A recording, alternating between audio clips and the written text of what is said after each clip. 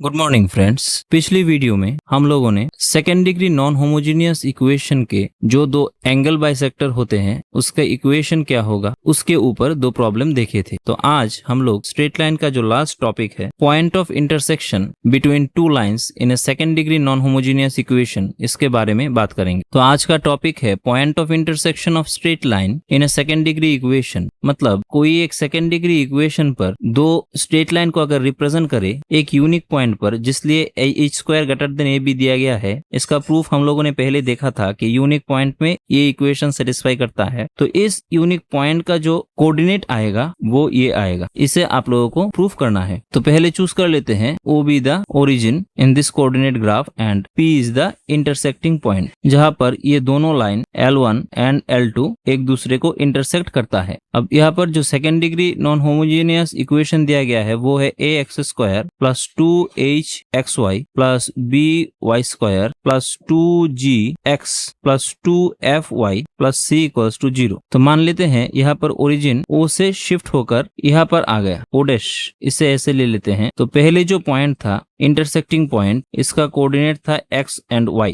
और अब जो इंटरसेक्टिंग पॉइंट होगा वो ओरिजिन से पास करेगा। तो इसे हम लोग कैपिटल X कैपिटल Y ऐसे दे देते हैं और मान लेते हैं ये जो पॉइंट ओरिजिन है वो along x axis as distance cover करता है और along y axis k distance cover करने के बाद इस P पोजीशन में चला आया। तो यहाँ से हम लोग लिख सकते हैं x equals to capital X plus h and small y equals to capital Y plus k। और सिंस यहाँ पर h दिया गया है ऑलरेडी, तो यहाँ पर हम लोग x1 एंड y1 डिस्टेंस ले लेते हैं। तो यहाँ पर हो जाएगा x प्लस x1 एंड यहाँ पर y प्लस y1। अब इस इक्वेशन में सेकेंड डिग्री इक्वेशन में बिठा दे, तो सिंस यहाँ पर ओरिजिन था और यहाँ था पहले इंटरसेक्टिंग पॉइंट, अब ओरिजिन शिफ्ट होकर सिंस इस इंटरसेक्टिंग पॉइंट में चला गया, तो ये सेकेंड डिग्री नॉन होमोजीनियस जो इक्वेशन है ये होमोजीनियस इक्वेशन में कन्वर्ट हो जाएगा, क्योंकि जो इंटरसेक्टिंग पॉइंट है वो अब यहाँ पर देख सकते हैं ओरिजिन से पास करता है। तो बिठा दे x की जगह, तो a equals to x plus x1 whole square plus 2x plus x1 y plus y1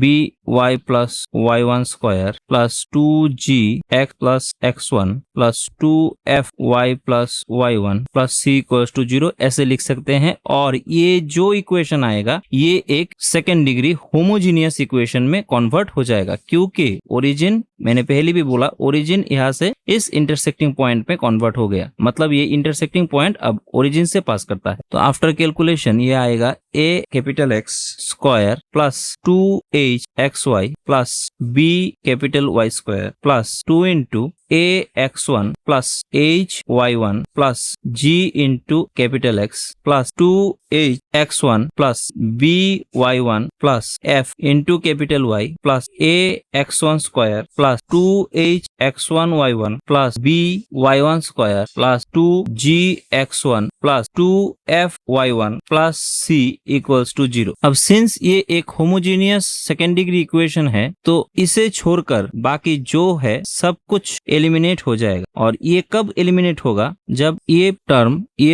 और ये टर्म एलिमिनेट हो जाए। अब सिंस x एंड y तो 0 नहीं हो सकता, क्योंकि अगर ये 0 0 बिठाए तो सब कुछ 0 हो जाएगा। तो ये टर्म सब 0 तभी हो सकता है अगर इस कैपिटल X का कोफिशिएंट, कैपिटल Y का कोफिशिएंट और यहाँ पर जो कांस्टेंट टर्म पूरा दिया गया है ये अगर 0 हो जाए। मतलब यहाँ से लिख सकते हैं since equation of line presently passes through the origin after shifting, therefore ax1 plus hy1 plus g equals to 0। इसे इक्वेशन A दे देते हैं। hx1 ये टर्म जो है ये वाला by1 plus f equals to 0, इसे इक्वेशन B दे देते हैं। इन दोनों को पहले लिख लेते हैं फिर से कि then ax1 plus hy1 plus g equals to 0 हो जाएगा, इसे A and hx1 plus by1 plus f equals to 0 हो जाएगा, ये इक्वेशन B। एंड जो और एक टर्म था ax1 square plus 2hx1y1 plus by1 square plus 2gx1 plus 2fy1 plus c, ये वाला भी 0 हो जाएगा और इसे दे देते हैं C। अब इक्वेशन A और B के बीच अगर क्रॉस मल्टीप्लाई हम लोग अप्लाई करें तो हो जाएगा x1 बाई, हम लोगों ने दिखाया भी था, HF minus BG equals to y1 HG minus AF equals to 1 by AB minus H square. तो यहाँ से x1 इक्वल्स टू हो जाएगा HF minus BG by AB minus H square and y1 equals to हो जाएगा HG minus AF by AB minus x square. तो एक चीज आप लोग यहाँ पर गौर करें, पहले ओरिजिन था यहाँ पर एंड यहाँ पर ये इंटरसेक्टिंग पॉइंट था, तब ये जो एक्सिस है ये यहाँ से x1 डिस्टेंस और along y axis y1 distance cover करने पर इस पॉइंट में ओरिजिन चला आया ओ डैश।